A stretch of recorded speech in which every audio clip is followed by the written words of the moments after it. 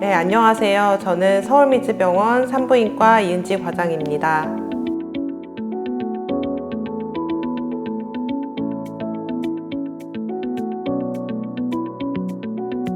난소낭종이나 자궁내막증 같은 경우는 사실 증상이 없는 경우가 대부분이고, 그래서 건강검진이나 다른 증상, 생리불순이나 이제 생리통으로 내원하셨다가 우연히 발견되는 경우들이 이제 사실 제일 많고요. 하지만 이제 그런 낭종이 드물게 이제 꼬이거나 아니면 이제 터져서 뱃속 안에 피가 보이는 경우에 이제 응급실이나 아니면 복통으로 이제 내원하시는 경우들이 많아요. 대부분은 무증상이지만 증상이 있다고 하면 이제 약간 아랫배가 좀 뻐근한 느낌이나 이제 그런 묵직한 양상의 통증을 느끼시거나, 낭종이 아주 사이즈가 큰 경우에는 주변 장기들을 압박해서 이제 복부 팽만감이라든지 잔뇨감 같은 것들이 일으키는 경우들이 있고, 어떤 생리통이랑 이제 더불어서 이제 성교통이라든지 이제 배뇨통이라든지 배변통을 유발하는 경우들이 있고, 부정출혈이나 생리불순 같은 것들을 드물게 일으키는 경우들도 있고요. 낭종이 크거나 이제 꼬이거나 터지게 되면 갑작스러운 복통, 급성맹장염 같은 통증을 이제 발생시키는 경우들도 있습니다.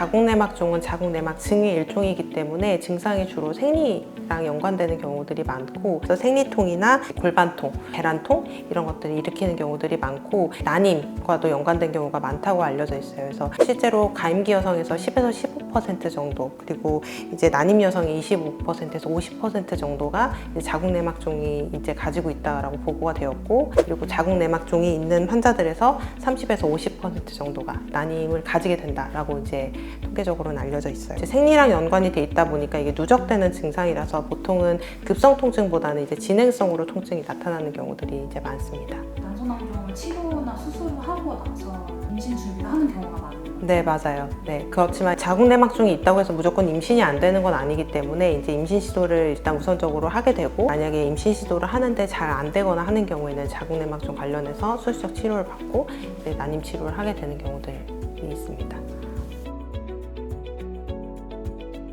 초음파 검사에서 1차적으로 확인이 된 경우에 증상이나 뭐 어떤 크기나 위치에 따라서 이제 추가적인 뭐 CT나 MRI 같은 정밀 검사들을 이제 요하는 경우들이 있습니다. 우리가 이제 흔히 초음파 같은 경우에는 배로 보는 경우랑 이제 질식으로 보는 경우들이 있는데, 복부 초음파도 이제 사실 가능하긴 하지만 아무래도 골반 내 장기이기 때문에 사실 민감도가 좀 떨어져서 보통 이제 질식 초음파로 권유를 드리고요. 이제 만약에 성관계를 한 적이 없으신 분들은 이제 항문 초음파를 통해서 난소나 종양의 크기나 위치들을 이제 평가를 하게 됩니다. 그리고 이제 종양 표지자 검사라고 해서 흔히 이제 난소에 생기는 낭종은 이제 CA125라는 이제 종양 표지 검사를 통해서도 이제 확인을 할 수가 있는데, 이 뭐 수치가 올라가 있다고 반드시 뭔가 난소에 문제가 있다거나 그런 건 아니지만, 이제 이런 수치가 올라가 있을 때 추가적인 정밀 검사를 요하기도 하고, 최근에 이제 로마라는 검사 같은 것들 해서 이제 난소암이나 이런 것들을 선별하는 검사를 목적으로도 이제 피 검사를 통해서도 이제 난소의 종양 여부나 그런 것들의 이제 위험도를 좀 평가를 하게 되겠고,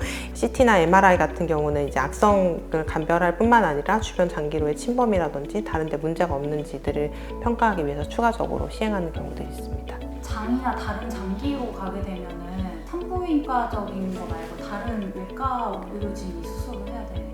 건가요? 네. 그래서 실제로 암 수술이 아닌데 이제 자궁내막종이 너무 심하게 돼 있는 경우, 제가 임상적으로는 한번 직장 출혈로 소화기내과를 거쳐서 외과에 입원했던 케이스가 있었는데, MRI랑 직장 내시경, 그래서 조직 검사를 했는데 거기서 자궁내막증이 확인이 돼서 산부인과랑 외과랑 같이 수술했던 케이스도 있었어요. 그래서 드물게 이제 자궁내막종 자체는 크진 않은데 그것이 이제 직장을 오히려 침범을 해가지고 장도 같이 절제하는 수술을 진행한 경우들이 있었어요. 난소낭종 같은 경우는 앞서도 말씀드렸던 것처럼 기능성 낭종인 경우에는 대부분 저절로 없어지는 경우가 많기 때문에 추적 검사를 통해서 이제 수술적 치료가 필요한지를 이제 검사를 하면서 관찰을 하게 되는데, 이러한 기능성 낭종이 혹시나 커지거나 그걸 커짐으로 인해서 이제 꼬임이나 여러 가지 터지는 경우들이 없는지를 위해서는 이제 주기적인 검사가 필요하겠고, 그 외에도 이제 생리통이나 월경 불순이나 여러 가지 낭종이 크기가 커지는 경우나 뭐 이런 경우들에 있어서는 치료를 필요로 하는 경우들이 있을 수 있겠고, 모든 이제 난소낭종이 반드시 수술을 해야 되는 건 아니고 경우에 따라서나 아니면 위치에 따라서는 이제 약물적 치료를 우선적으로 고려해 볼 수도 있는 경우도 있습니다.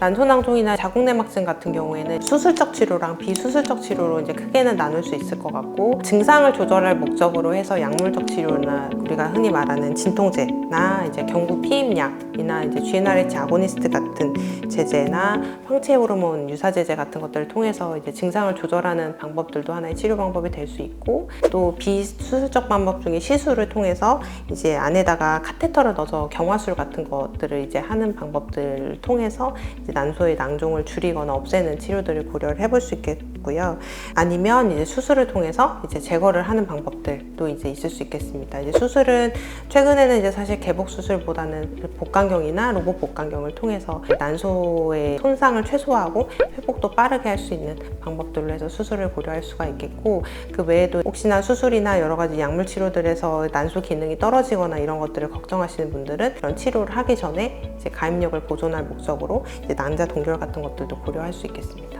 자궁내막종 같은 경우는 이제 워낙 유착을 많이 일으키고 수술 난이도가 이제 있다 보니까 상대적으로 시야도 훨씬 좋고 정교하게 수술이 가능한 로봇 복강경이 좀 상대적으로 유리한 측면이 있겠고, 이제 자궁내막종 같은 경우는 단순하게 이제 혹을 제거하는 것뿐만 아니라 수술적 치료를 할 때는 원래 그 장기의 위치를 최대한 복원해 주는 게 이제 수술의 목적이 되기 때문에 혹을 제거하는 것뿐만 아니라 이제 자궁이라든지 골반 장기 자체의 유착을 분리하고 그 장기 구조를 회복하게 하는 수술을 해야만이 자궁내막종 수술을 잘했다 라고 이제 사실 평가를 할 수 있겠고, 그러한 이제 수술을 하기 위해서는 이제 미세하고 정밀한 이제 수술적인 기술이 요하기 때문에 그런 측면에 있어서 아무래도 이제 로봇 복강경이 좀 유리한 측면이 있어요.